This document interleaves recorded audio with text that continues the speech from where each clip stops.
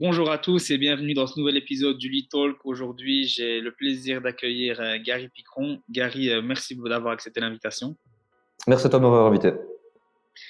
Et aujourd'hui, on va discuter de la prospection sur LinkedIn en général et surtout la solution que tu vas apporter à toutes les problématiques actuelles avec l'hyper-personnalisation. C'est ça. Et on pourra aussi discuter un peu du retargeting pour optimiser les coûts. Mais avant tout, j'aimerais te laisser d'abord te présenter pour les personnes qui ne te connaissent pas. Ok. Ben, très simple, moi c'est Gary, donc je suis BizDev pour une startup à Charleroi, donc en Belgique, qui s'appelle Banana Sales Club. Et en fait, nous ce qu'on fait, c'est une plateforme de mise en relation pro pour les commerciaux surtout. Et notre valeur ajoutée, c'est qu'on les groupe en fait par rapport à leur complémentarité professionnelle. Donc on recrée des chaînes de valeur et on fait des connexions que peut-être à l'œil nu ça n'aurait pas été visible et on n'aurait pas pu les faire manuellement quoi. Parfait, parfait. Pour commencer, j'aimerais d'abord qu'on définisse la prospection pour toi, et puis on regardera comment l'optimiser.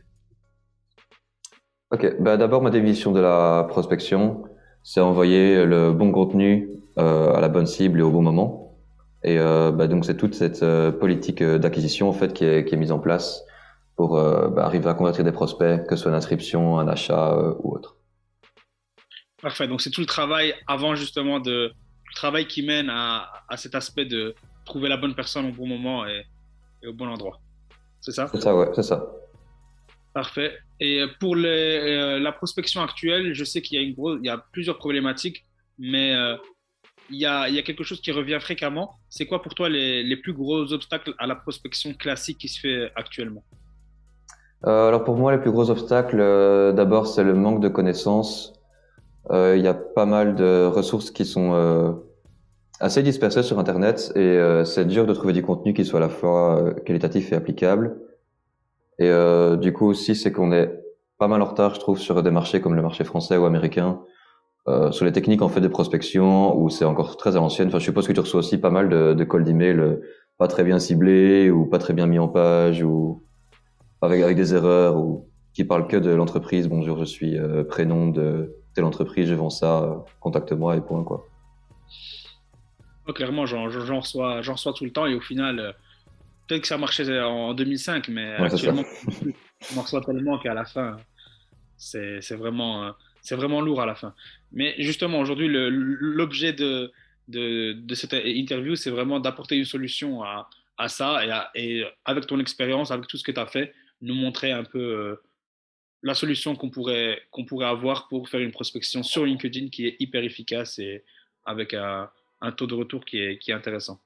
C'est ça, ouais. C'est une séquence en fait que j'ai utilisée personnellement pour la startup, mais là je l'ai un peu modifié pour que ce soit applicable au Lead Club directement, pour faire un cas très pratique et utilisable pour votre cible aussi, quoi.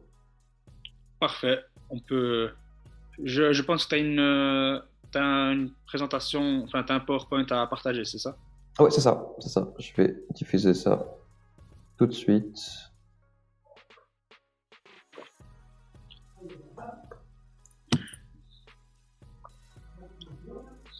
Ok, voilà. Dis-moi quand c'est bon, mais ça devrait l'être. C'est parfait.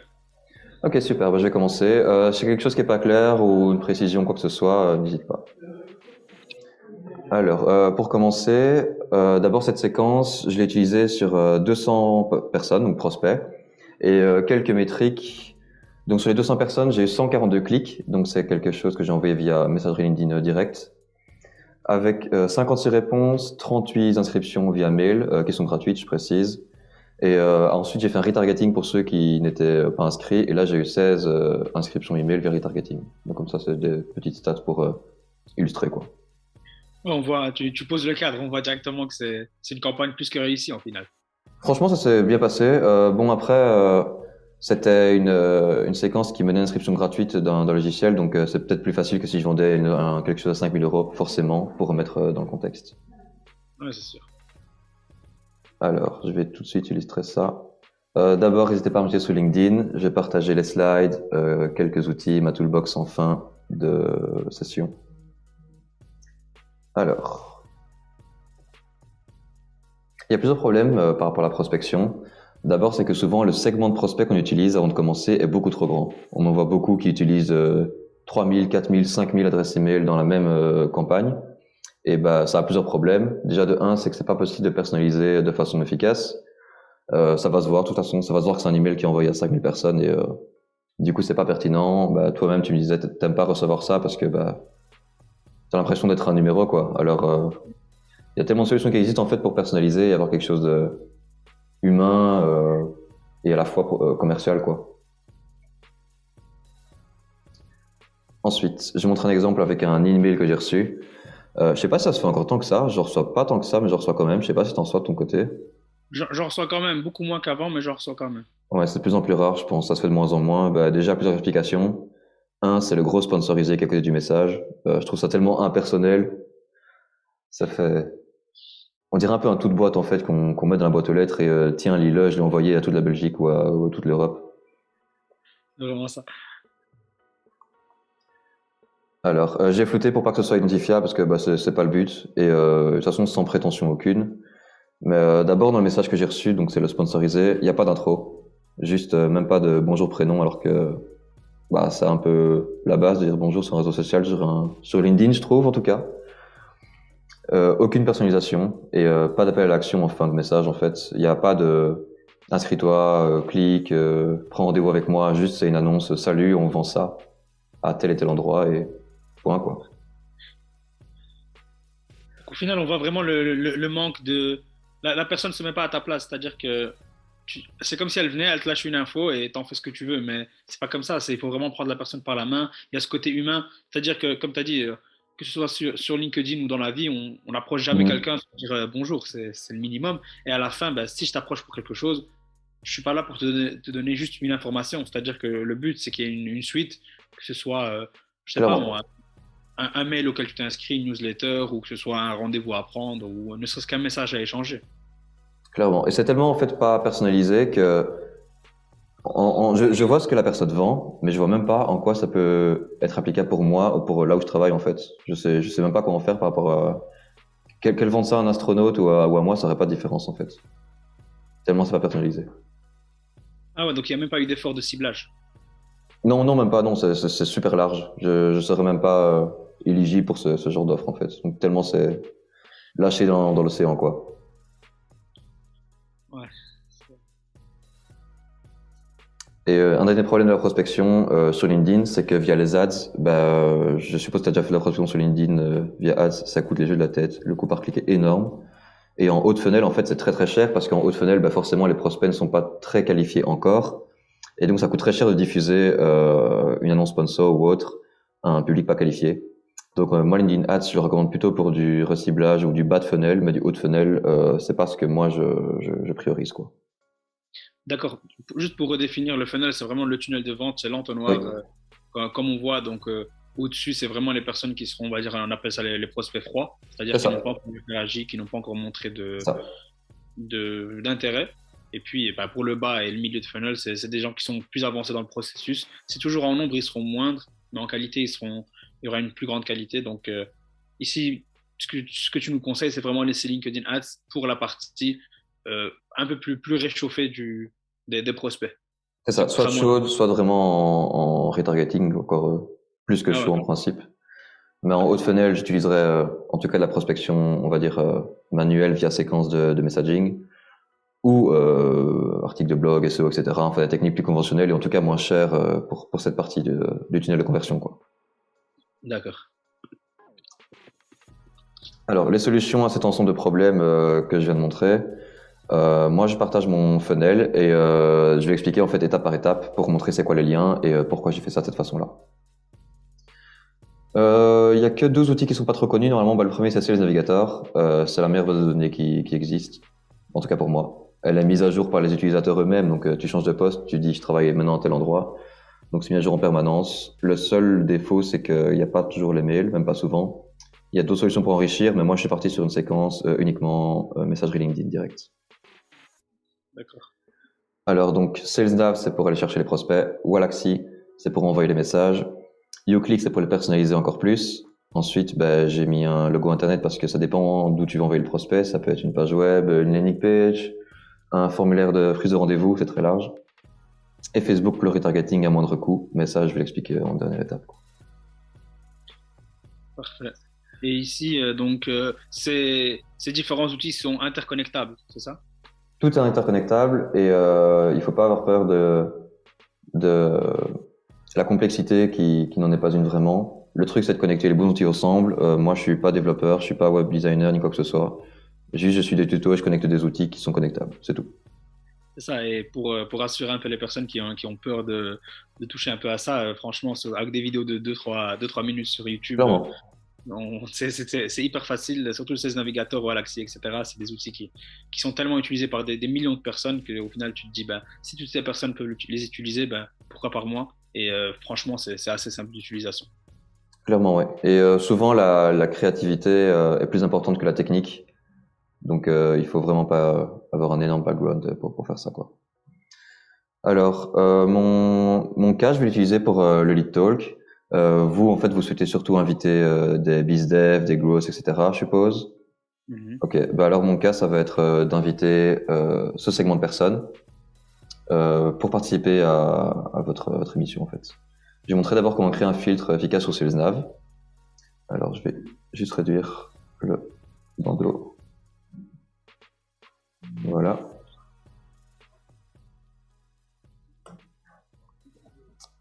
Alors, j'ai fait ce filtre au préalable, j'ai expliqué point par point sur SalesNav. Donc, ouais, la première condition, c'est d'avoir Sales Navigator. C'est relativement cher par rapport aux autres outils que je vais expliquer. C'est une histoire de 80 et des euros par mois, je pense, pour l'abonnement classique. C'est cher, mais franchement, dans mon cas, ça vaut la peine parce que, un, ça m'économise du temps, et deux, les filtres combinés sont assez puissants pour avoir des résultats précis. Donc, point de vue coût-bénéfice, moi en tout cas, c'est parfait. C'est vrai que pour partager mon expérience aussi, j'avais vraiment longtemps hésité parce que je me disais que c'était un outil qui était assez cher, mais Mhm. en termes de qualité de ciblage qui t'offre derrière, le retour sur investissement se fait ressentir assez rapidement et ça permet justement un ciblage qui est très précis. Et quand on veut faire de la prospection qualifiée, c'est-à-dire ne pas faire le bourrin et envoyer à 10 000 personnes, c'est Exact. l'outil à prendre. C'est ça, 100% ça. Alors pour expliquer mes filtres, dans les mots-clés, j'ai remis parce que moi je joue sur la fonction et le job title, je l'ai mis plutôt en dessous. Alors zone géo, j'ai pris les Hauts-de-France, Bruxelles et Wallonie. Il n'y a pas de raison particulière à ça, juste francophonie, j'ai pris ce qui était proche de vous. Les secteurs, en fait, moi, je visais les startups parce que souvent, c'est ce qui est plus intéressant, je pense, en point de vue technique et stratégie de contenu. Du coup, dans les secteurs, j'ai mis tout ce qui était lié à Internet, logiciel informatique, market et pub, les technologies et les télécoms. C'est plutôt large comme catégorie, mais en fait, ça dépend de ce que l'entreprise elle-même sur LinkedIn renseigne comme secteur. Donc, vaut mieux être large et puis refiltrer plutôt d'être trop short, quoi. Le lead tools en français, donc profil français. Alors là, en fait, le but c'est d'avoir les BizDev. Pour ça, j'ai fait des filtres négatifs. Donc les filtres négatifs, ce sont des filtres qui vont retirer les fonctions en rouge en question. Tout ce qui est donc directeur, formateur, non payé, donc stagiaire et étudiant. Les partenaires, les PDG, les propriétaires et les vice-présidents, j'enlève. C'est pas dans votre cible. Comme ça, il reste uniquement les managers, les jeunes diplômés et les cadres sup. Donc techniquement, les BizDev, s'il n'y a pas d'erreur dans les filtres. Et ensuite, comme dernier filtre, j'ai mis BizDev comme titre tout simplement, vu que c'est ça qu'on cherche. Comme ça, en fait, en combinant tous ces filtres, on se rapproche de plus en plus de la cible et on peut observer déjà là, c'est quoi les résultats. On a 177 résultats par rapport au filtre. Moi, en tout cas, dans mon cas, je pense que c'est correct.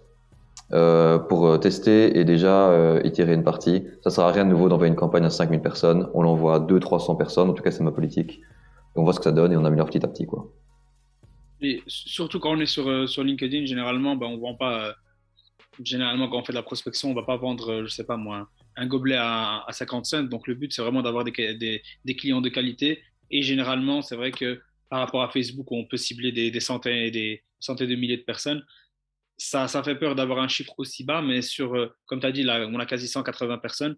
Je te dis que si au final, je gagne 10 clients en B2B, généralement, c'est quelque chose qui est assez représentatif. Donc, il ne faut pas C'est avoir peur sûr. de restreindre. Moi, ici, par exemple, pour le Lead Talk, si j'ai 10 invités qui acceptent en même temps, bah, automatiquement, ça me fait du contenu pour une certaine période. Et pareil pour le B2B, généralement, une dizaine de clients, c'est largement suffisant pour estimer Clairement. qu'un campagne est réussie. Donc, il ne faut pas avoir ce chiffre-là et le comparer aux autres réseaux, mais garder en tête qu'ici, on va sur la qualité et que le taux de réponse sera beaucoup plus élevé. Oui, ouais, bah c'est mathématique, hein. Vaut mieux convertir 10 personnes sur 100 que 1 sur 1000. Donc, C'est ça. Alors ensuite ici, comme je visais start-up et les PME, j'ai mis de 1 à 200. Comme ça, tout ce qui est grosse entreprise, genre Unilever par exemple, on bypass. Et tout ce qui est indépendant, on bypass aussi. Voilà, toutes ces combinaisons, elles sont assez simples, hein. Il n'y a pas trop technique, j'ai pas mis de filtre plus compliqué. Il y a pas besoin d'utiliser un lance-roquette pour tuer une mouche. Je recherche. Voilà, 176. Alors là, moi, ma politique pour voir si le filtre est qualitatif, bah, je check la page 1 et je check la dernière page. Et si l'ensemble des profils ressemble à ce que je recherche, pour moi, c'est bon. Donc là, je vois des BizDev de Lille, Bruxelles, Lille. Donc c'est pour l'instant, c'est dans ma cible. Ok, ben en majorité, je vois que ça va. Je vais prendre l'avant-dernière page. Là, ce qu'il faut vérifier, en fait, c'est que les titres n'ont pas été tronqués. Parfois, LinkedIn, si on n'est pas assez strict avec les filtres, ils vont prendre, par exemple, ceux qui ont mis développeur dans leur titre et pas business développeur. Un développeur, c'est quelque chose qui n'a absolument rien à voir. Pareil, ok. Là, je vois que globalement, le filtre est OK. Voilà. Donc là, globalement, ce que je vais faire, c'est prendre l'URL qui est ici au-dessus. Je vais la copier. Et ça va être, en fait, la source, point de vue données de ma prospection. Ce qui est intéressant, c'est que mon filtre, en fait, il va se mettre à jour. Donc, si par exemple demain, toi, tu te mets comme business developer sur LinkedIn, ben, il y aura 178 résultats parce que tu es de nouveau dans mon filtre, quoi. Donc, ça qui est intéressant, c'est que c'est une base de données qui est en fait dynamique au final. Voilà, j'ai fait mon filtre. Alors, ce qui est aussi important, j'ai oublié de le dire, c'est que si vous voulez supprimer par exemple des prospects qui auraient déjà été contactés au préalable, pour pas que ça fasse bizarre, genre bonjour, je me présente, alors qu'en fait tu l'as déjà contacté 2-3 fois dans l'année, il faut supprimer les prospects contactés de la recherche. Je vais voir si ça fait quelque chose sur moi, je ne suis pas certain. Non, ça n'a pas enlevé. Donc là, si j'ai déjà contacté par exemple cette personne-là, ça va le supprimer de la base de données et de nouveau le but c'est de personnaliser de manière automatique, mais que ça rende humain quand même, bien évidemment. Ok, là je voulais passer à Wallaxy pour montrer mon sequencing, mais comme tu vois, le syndrome de la démo, il est pas en ligne. Donc j'ai fait un screenshot du visuel, comme ça on peut comprendre. Alors là, le but c'est de séquencer ces messages. Wallaxy, pour ceux qui sont pas au courant, c'est l'ancien Prospectine. Et en fait, ça permet tout simplement d'envoyer des messages automatiques selon des séquences. Qu'est-ce que c'est une séquence? C'est un trajet, un schéma qui va définir votre prospection. Donc par exemple, en jour 1, je peux choisir de me connecter avec la personne sur LinkedIn. En jour 2, je peux choisir de lui envoyer un message. Et en jour 3, un deuxième message. Et tout ça va se faire automatiquement. Si je me trompe pas, il a 35 € par mois, je pense, l'abonnement normal, on va dire.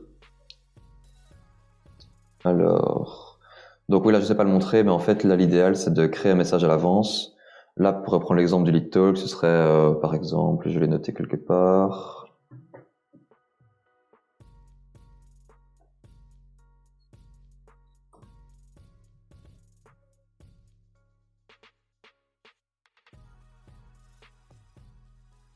Je cherche ma note. Il est peut-être dans la présentation en dessous, non?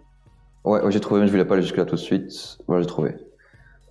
Alors là, par exemple, vu qu'on essaie de contacter des BizDev pour qui participent au lead talk, en fait, ce serait bonjour prénom avec la variable, bien évidemment. Je t'invite à rejoindre le lead club et à participer pour mettre mon entreprise sous les projecteurs. Et donc ce message, on va le coller dans cette séquence et il va être envoyé automatiquement à cette liste de prospects.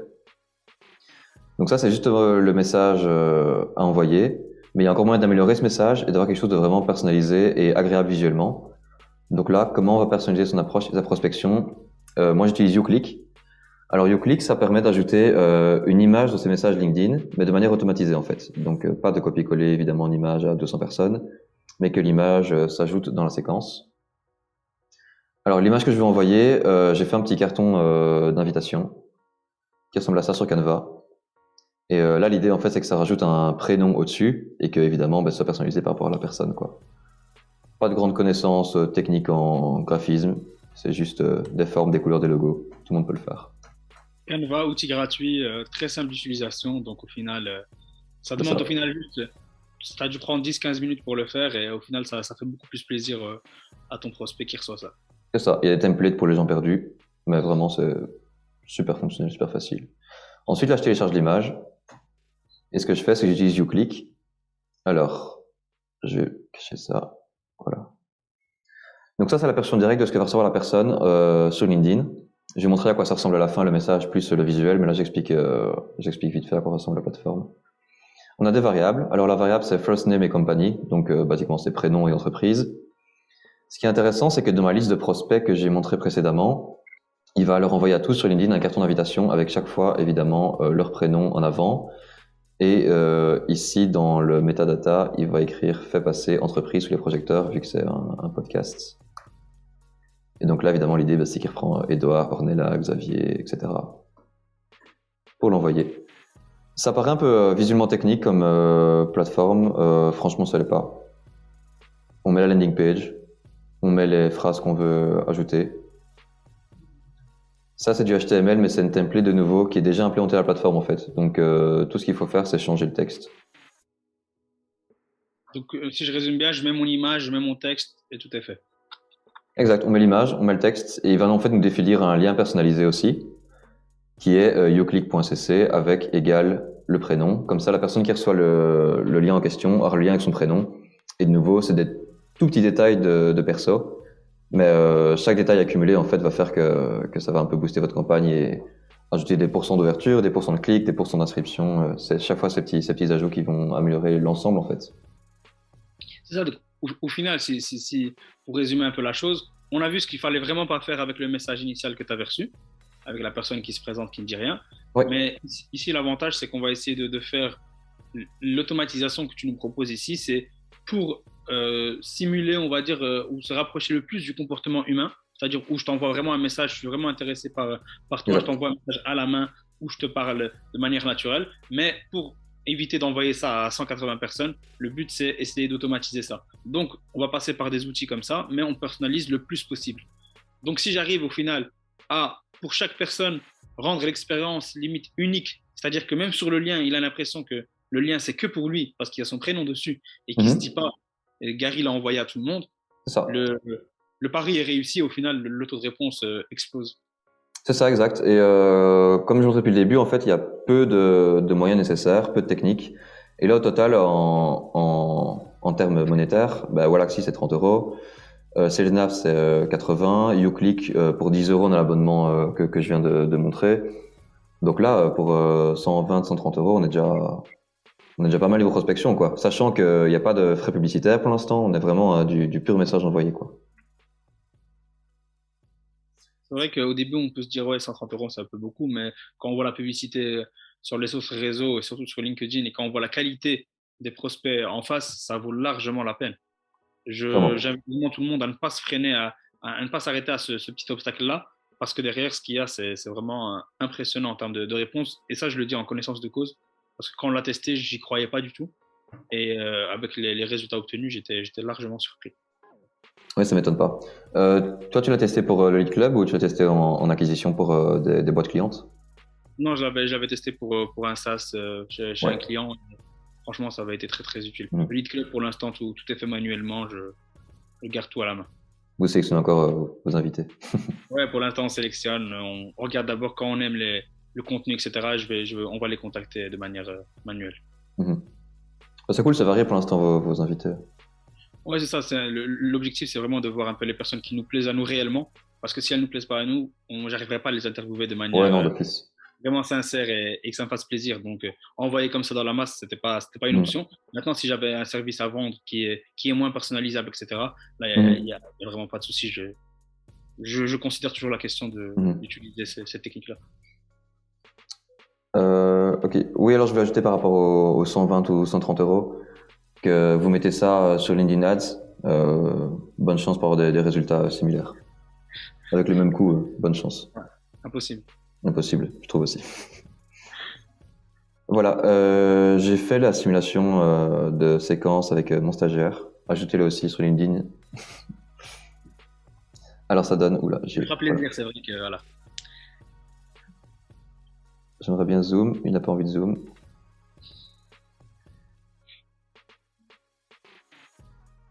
Donc là, c'est ce que je viens d'expliquer, c'est comment le prospect le reçoit, chacun. Alors là, ce qui est intéressant, c'est qu'évidemment, le carton d'invitation que j'ai designé sur Canva avant, avec son prénom qui s'envoie dynamiquement, son entreprise ici qui s'envoie dynamiquement, et évidemment le message que moi j'ai choisi, Hello Cyril, je réunis les experts en growth et en acquisition pour qu'ils partagent leurs trucs et astuces dans le lead talk. Puisque tu es une référence secteur, je t'invite personnellement. Et donc, il va cliquer sur ce lien. Nous, on va définir sur quelle page il doit tomber, en fait. Le but, c'est évidemment qu'il clique. La landing page, je l'ai définie ici. Tu vois toujours mon écran, hein. Ouais, ouais. Je l'ai définie ici, sur le lead club. Et avec Uclick, ce qui est intéressant, en fait, c'est qu'on peut aussi mettre des balises dans la headline, en fait. Donc là, first name, si je mets dans ma headline, tu vas pouvoir avoir une landing page super personnalisée où tu vas avoir le prénom avant la headline, en fait. Et donc, ce qui est intéressant de nouveau, c'est la personnalisation qui coûte pas très cher à faire. Et là, l'idée, bah, c'est d'avoir quelque chose allez, comment on dit, d'engageant en fait, qui va pousser au clic, qui va dire ouais, ça a l'air sympa comme visuel, quoi. Au final, on revient vraiment à simuler la partie unique, l'expérience unique, l'expérience qui est vraiment dirigée vers le gars doit se dire finalement, c'est tout ce qu'il a fait, c'est que pour moi. C'est pas de manière automatisée où il y a 180 personnes avec moi. C'est ça, c'est ça. Et on voit en fait que ça demande assez peu d'efforts. C'est juste quelques idées, connecter les bons outils ensemble. Euh, voilà, il y a pas grand-chose de plus niveau technique, honnêtement.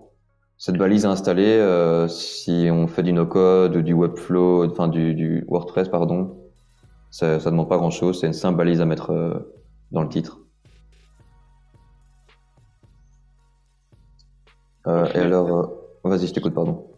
ce qu'on voit, c'est que tout ce que tu as dit, il y a tout le travail de sélectionner l'identité, on va dire le persona. Ça, c'est un travail qui va être en amont dans tous les cas. Mais ici, Mhm. là où toi, où tu t'es concentré sur la solution apportée aujourd'hui, je pense qu'en une matinée, même on va dire pour être le plus pessimiste possible, les personnes les plus lentes, en une matinée, tout est faisable. Tout le système peut être mis en place de manière très simple. Une fois qu'on a le message à envoyer, etc. Tout ce qui est technique qui fait peur généralement aux gens, en une heure, ou voilà, on va dire même en une petite matinée, c'est largement faisable. C'est ça, oui. Les seuls détails techniques peut-être plus compliqués, ce serait paramétrer uClick avec les petites balises. Mais il y a des tutos sur le site. J'ai pas de reconnaissance de nouveau. J'ai juste suivi des tutos. Rien de spécial. C'est vraiment des tout petits ajouts, des tout petits détails qui font que ça fait la différence par rapport à un email qui est pas personnalisé, à une séquence, à une landing page, peu importe. Plus on personnalise, mieux c'est. Ça s'applique à tout type de secteur, tout type de boîte, B2B, B2C. De nouveau, c'est juste les idées et la créa qui font la différence. Parfait. Alors là, si éventuellement on a fait tout ça et qu'il y a des rebelles qui n'ont pas envie de s'inscrire, qu'est-ce qu'on fait? On les recible. Alors là, pour recibler, l'idée, donc pour rappel, on fait bien venir les gens de LinkedIn, donc qui coûtent assez cher. On fait venir des professionnels. Pour les recibler, on a deux choix. Soit on les recible sur LinkedIn de nouveau, mais moi je suis parti dans une optique de low cost à fond et d'efficacité. Donc je vais les cibler sur Facebook. Pourquoi? Il y a deux raisons.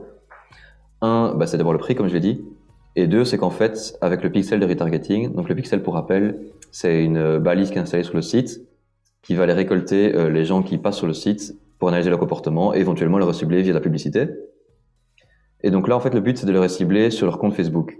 Pourquoi leur compte Facebook? Parce que de un, bah, c'est privé comparé à LinkedIn.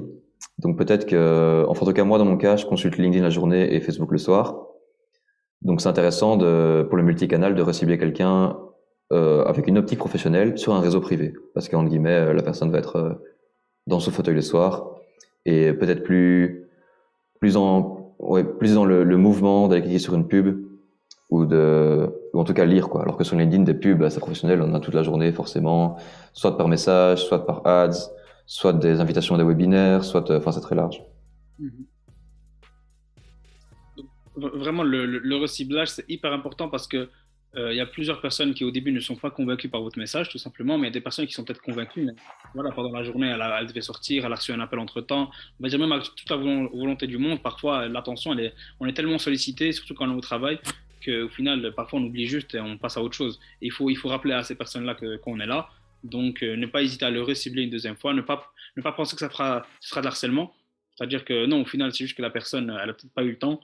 Je te dis pas de le recibler 15 000 fois, Non, bien mais une sûr. fois ou deux, y a aucun souci en multipliant justement les arguments, etc. Surtout qu'ici, on essaie de personnaliser un maximum.